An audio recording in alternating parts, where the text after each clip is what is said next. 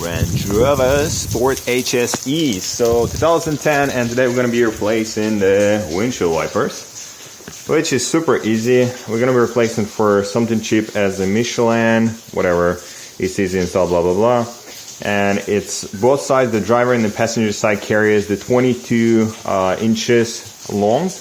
And basically, and usually, like at the wiper, we have a knob. Sometimes it's going to be something different, might be something bulkier. Those guys is really cheap. They are $6 a piece or so, but pretty much to replace them, any of them, they're going to have the same kind of structure in there. And there is going to be a little knob. You just press it and push it down. That simple. And those guys are pretty much dead.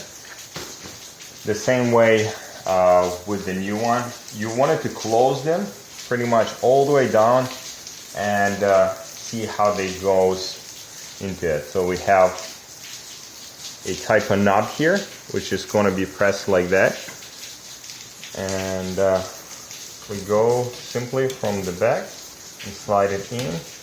Now you can open it up and see the top notch, which is supposed to be pushed all the way up. It's kind of tight a little bit, but after all we get pretty much the same result. And they're kind of a little tough, but see how they're gonna go.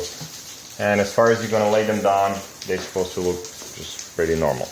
Anyway guys, if you like the video, please put the thumbs up button there, subscribe to the channel, and leave a comment below. That was a pretty short and easy guide how to replace the windshield wipers on a Range Rover.